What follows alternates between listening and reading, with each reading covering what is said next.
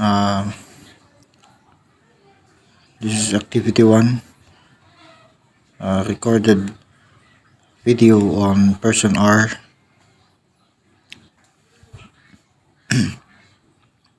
So this is a Pearson correlation coefficient calculator. So let's take the calculator.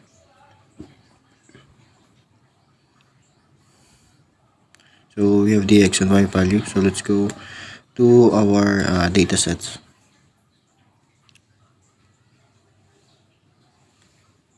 So let's have our objective.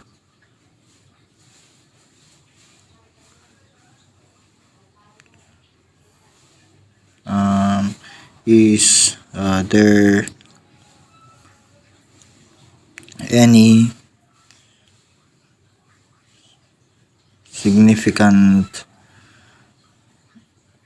correlation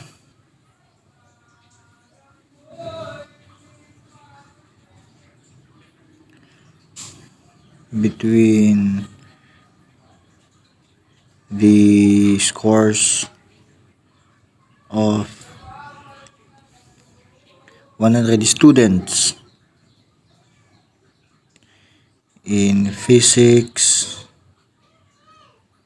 and algebra.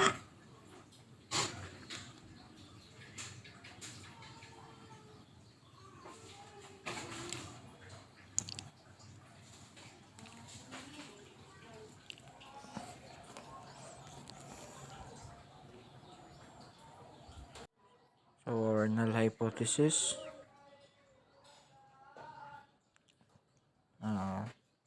to be identified later on. So let's put this first. So the condition is the significance level. So condition is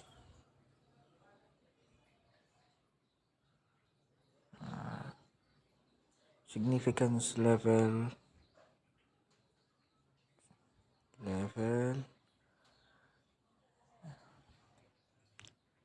set to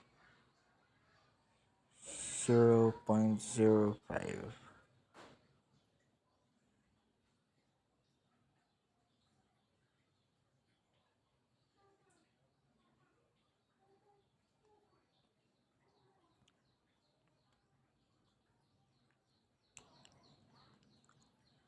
So the PIDR value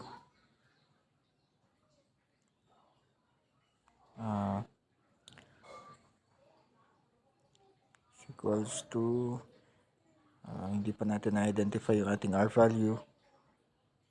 So identify muna natin. Punta tayo sa ating data sets to copy the variable of x, which is the physics test score in physics.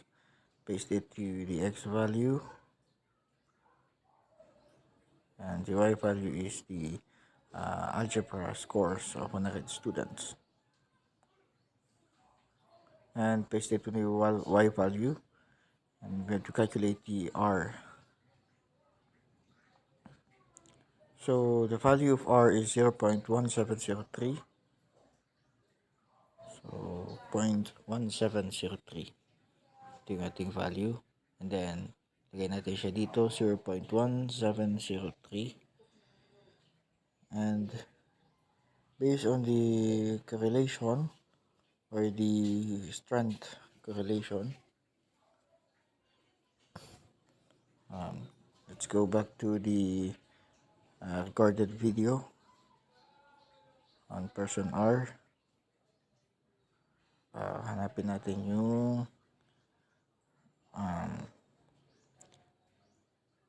yung correlation table ito. So for correlation, so snipping tools, kunin natin to. Ayan. So it's a measure of acceleration.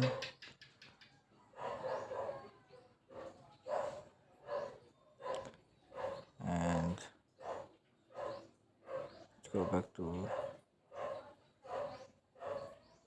So since our value is 0.1703,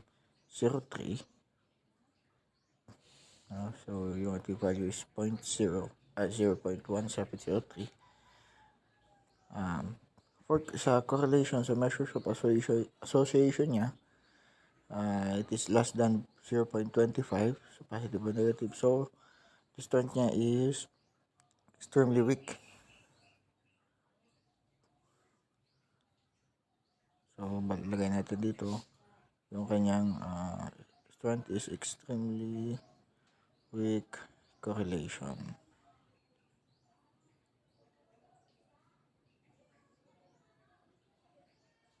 So the p-value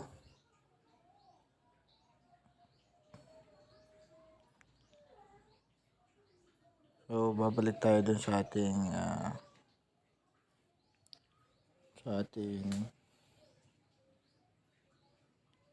Chrome para makita natin yung ating p-value. The p-value is before we proceed, ito na tayo sa calculator. Let's check kung tama. 0.1703 times 0.1703 equals 0.029000209. So para siya dito sa ating value of r squared, so times natin sa 100, so almost 2.9 or almost 2 or 3 person yung correlated yung score nila sa physics and algebra. So there are two or three person that their scores are correlated in physics and algebra. So let's go back to let's put our null hypothesis. So our null hypothesis, there is no correlation between physics and algebra. So our p-value is to compute for our p-value. So the R score stands for yung kanina, yung ating ito yung ating 0.1703. So let's put the 0.1703. Yung ating n is yung ating number of respondents, which is 100, and set to significance level 2.05 and calculate. So the p-value is 0.90268. 0.90268. So the result is not significant. So p-value is equals to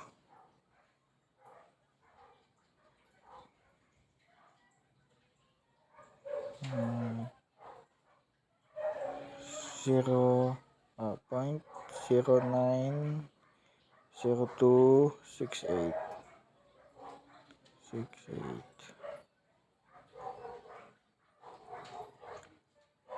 So if p-value, so lagay natin dito, if p-value is less than 0.05, we have to accept the null hypothesis. And if p-value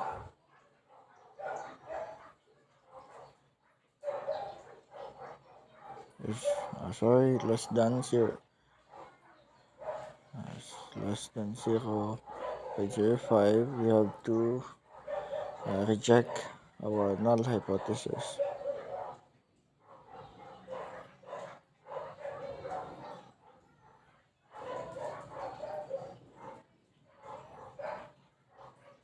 So the decision is our decision on null hypothesis. We have to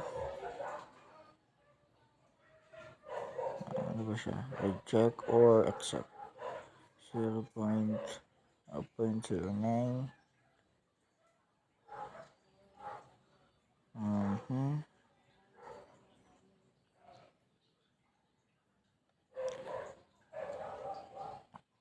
So dahil ating 0.09 then 0.05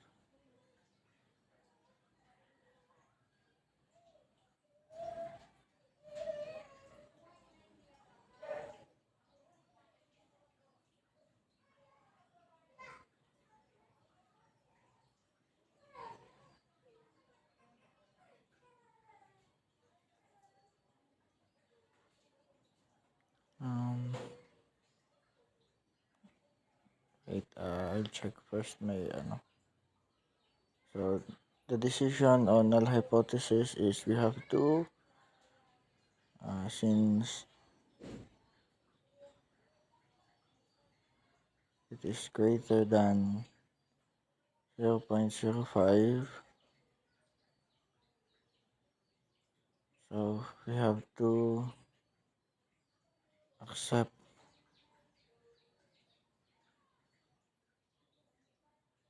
the null hypothesis.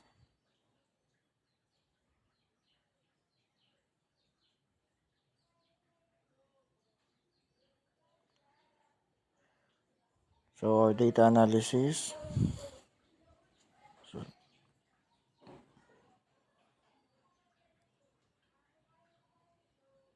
the data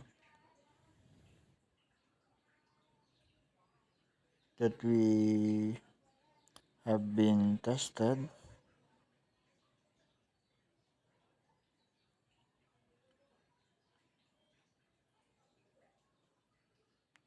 with Pearson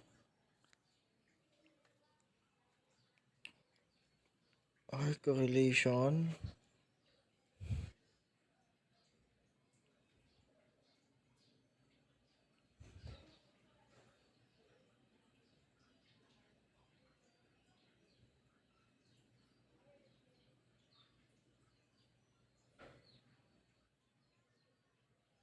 as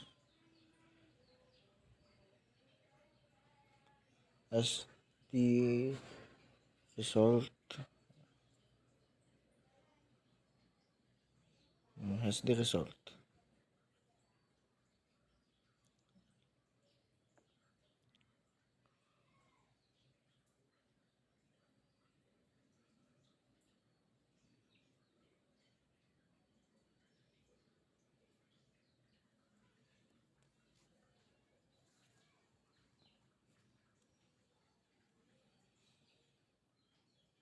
So the R value, in R value the result is 0.1703.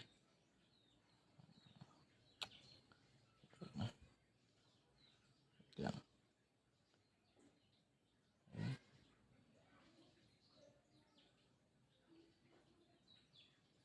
The result is 0.1703, which means there is a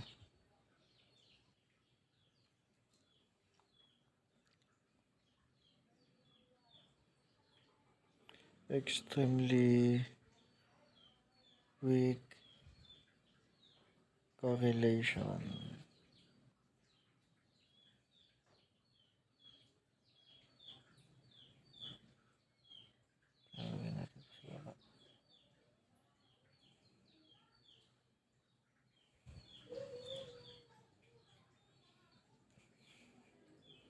so while the p-value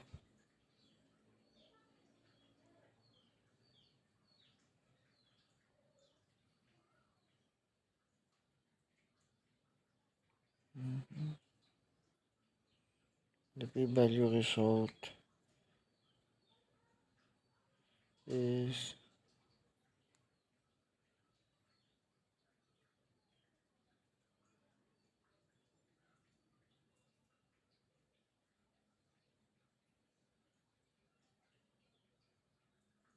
0.090268, which means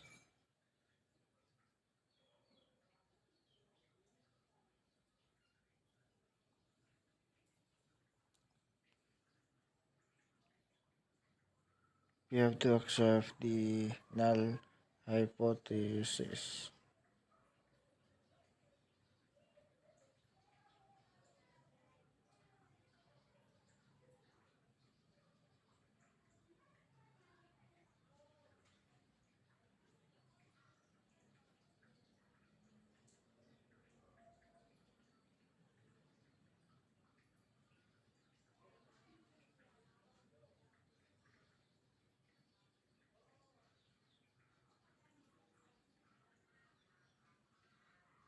So therefore,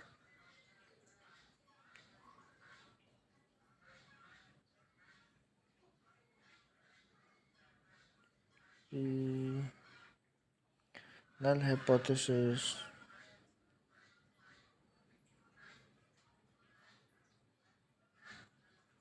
is accepted. Yeah.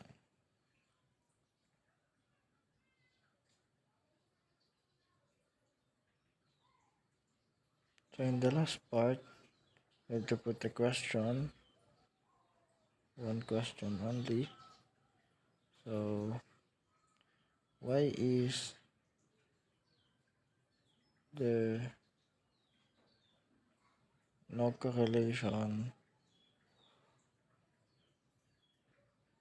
between the score of student in physical algebra?